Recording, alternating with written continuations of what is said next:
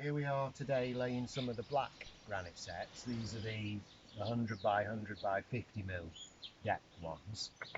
And before we started, we dug out the ground and we put a sub base in consisting of compacted MOT, probably 75 to 100mm depth.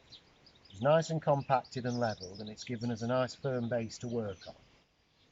So then we come to, after we cemented the edging stones in and we see the areas that we're going to cobble, we come to mix up the mortar.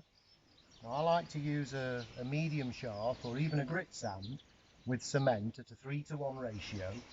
It's not too wet and it's not too dry. You can see that the cobbles, there are discrepancies in the sizes and the thicknesses. So you do want a little bit of give in the mortar, because some you might have to want to tap a little bit more than others.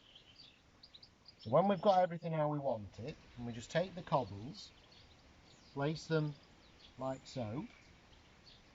Normally I will just place, I don't know, maybe 5 or 6, a little section, and then I'll look to tap them in, because obviously I'm wanting to watch my levels all the time. And when I tap them in, you can use, on this occasion I'm using a walling hammer, but you could use a rubber mallet or another type of hammer. The stone is really tough, really durable. It doesn't shatter or splinter, so it can take a good tap. And you want them just slightly proud of their finished position. So just like so, just gently tap them into place.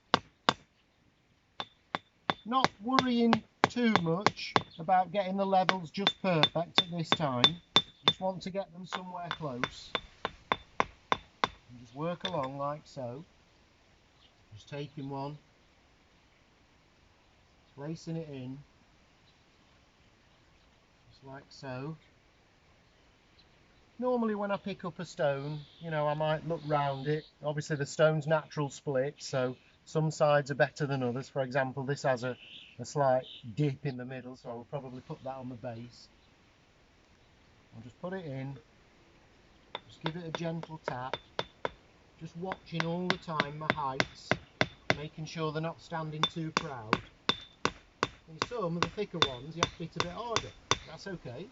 And when we've done a little section, I take a straight edge, in this case, because I've cemented the inner circle and the outer circle first. I can just make sure that I'm roughly where I want to be, and of course if it is that I need to do a little bit more tapping here and there, so be it. And with there being a bit of moisture in the mortar, and with the stone being natural split, it'll get a really good hold.